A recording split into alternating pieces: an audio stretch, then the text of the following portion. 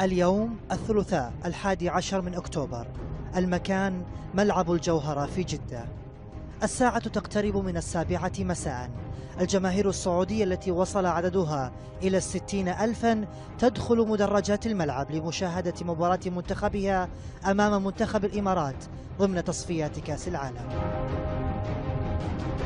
قبل هذا المشهد بيومين، تحديدا يوم الأحد 9 من أكتوبر، وصلت إلى وزارة الداخلية السعودية معلومات تفيد بوجود تهديد إرهابي يستهدف ملعب الجوهرة في مدينة جدة أثناء المباراة، وذلك باستخدام سيارة مفخخة تركن في المواقف التابعة للملعب.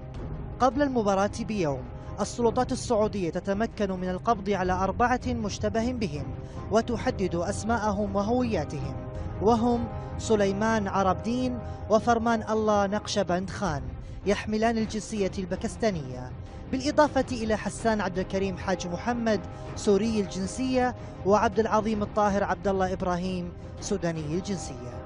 الساعة 9 مساء من يوم الثلاثاء تبدأ المباراة من دون أن يشعر أحد بإحباط تفاصيل العملية الإرهابية، وسط تعامل جاد من الجهات الأمنية حيال التهديد بدفع المزيد من التعزيزات والتدابير حول الملعب للتعامل الحاسم مع أي حالة اشتباه يتم رصدها.